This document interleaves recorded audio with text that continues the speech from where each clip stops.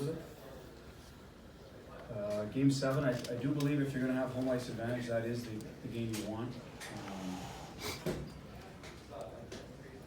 And after that, like I said, it's two good hockey teams. I think they both have play good team defense and a certain style that lends itself to being successful on the road.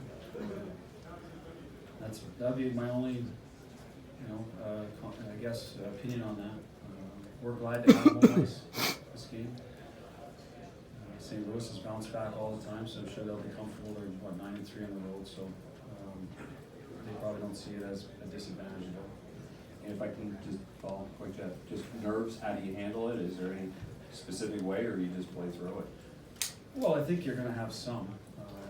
As I said, I think our older guys will address the group and how they can best handle that. Once the puck drops, we feel we're prepared to play. I think that's the easiest way to get through your nerves. If you know you're prepared, you haven't crammed, so to speak, you've gone through checklists of what we want to hit.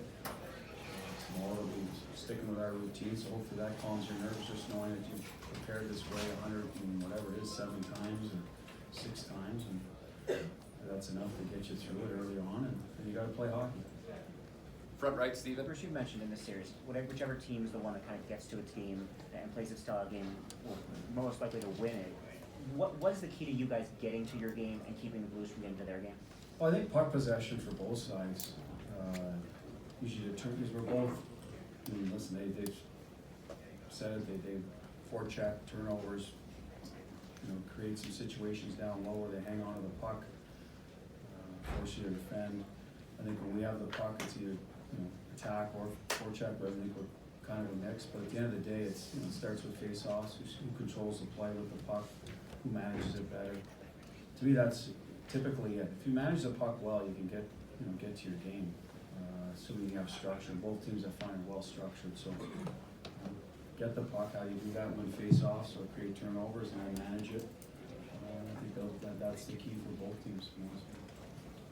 Front left, Dan. Chris, when you were a kid, where did you play Game 7 in the Stanley Cup Final in your imagination, and did you ever do it with buddies just to pretend it's Game 7 in the Stanley Cup? Coldry Avenue in the west end of Ottawa is where I played it growing up with my brother and lots of buddies.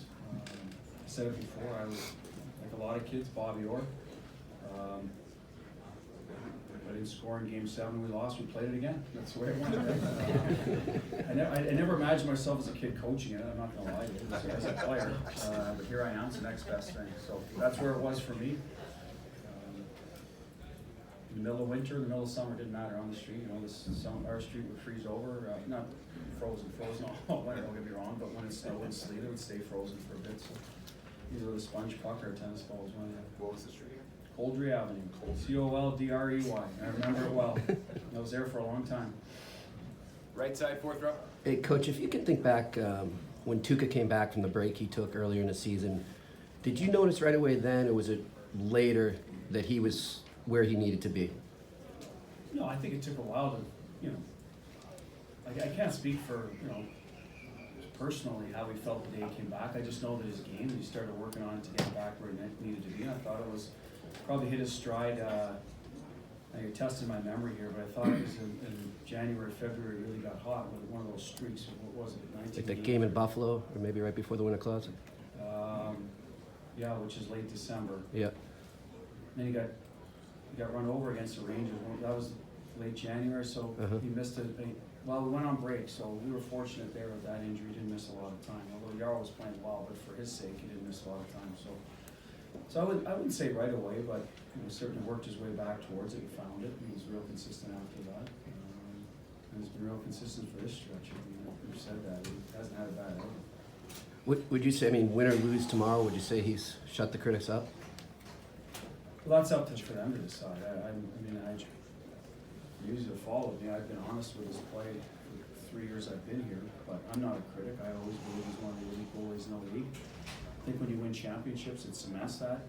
That's part of your legacy. So clearly winning a championship at any those key positions, quarterback, starting pitcher, goaltender, is a lot of times what defines it down the road. So he'll be ready to do it. Let's hope we're good in front of him. I have no worries about him anymore.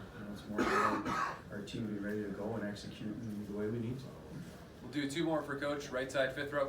Bruce, you said in St. Louis about the mentality, the approach going into Game 6, do your job, trust your teammates. Is it the same or more of the same for a Game 7 now? Yeah, I think it's the same.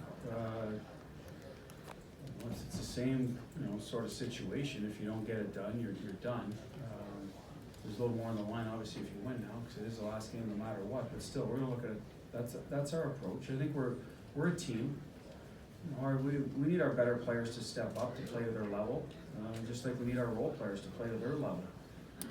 But you always need, team. The other night, Brandon Carlos scores. He's not the guy we would have picked in our pool, right? He would have been well down the list probably, but that's what you need. You need secondary scoring, so that's it. Do your job. He's always defended well. He's killing penalties well. He happened to get a shot on net that found its way in. Coolman came in and, a nice shot. So you're gonna need, different people to step up, but at the end of the day, do your job. I think Cooley would have been fine if he didn't score. He was winning pucks. He was good on the forecheck. Got pucks out on the wall. So every guy has to do what he does best, and it falls into line, and you execute well and make that play that makes the difference. I really believe that when you get two close teams, someone's going to make a play that makes a difference. We want it to be us. Last question, left side, Kyle. Just on that point, like, why do you believe this group has done so well in the big moments, whether it's a guy like Bergeron that's been here before, or as you said, Coolman who comes in after not playing in over a month and scores, and kind of everywhere in between? Well, I think some of it is, the big players tend to step up in those because they're the better players, but when it's the other guys, it's because the rest of your guys have done their job, so the game hasn't gotten away from you. I mean, it's a close game, and Brandon steps up and Coolman, but if we weren't doing our job otherwise, we might have been behind when those goals happen. It don't matter. So I think that's been our kind of deal all year. We've played through, and when it comes to Coolman, we've played through a lot of different injuries in our line, a lot of different guys we relied on to get the job done from November on. You can look at our roster for those that have followed us. Like, pretty much every D-man's been hurt, some of them all at once. Bergeron's been out, Pasternak. We go down the list. And I think that's why the next man up kind of thing has worked out well for us. Guys come in, know they don't have to be a hero. That's the other thing. We're a solid team no matter who's been in there, so they don't have to do too much. They're not asked to do too much. And, we have good depth. Guys that are, not going to shy away from the situation. The minutes they're given, and they've come through for us. That's why we're here. And let's face it, there's been other good teams. Last year we had a tough go against Tampa. We didn't get that stuff. That doesn't mean we weren't a good team or there was a lack of effort. It's just sometimes that's what you need. You need the right things to fall into place, and obviously that's the St. Louis that have. Thank you, Coach. The Dano Char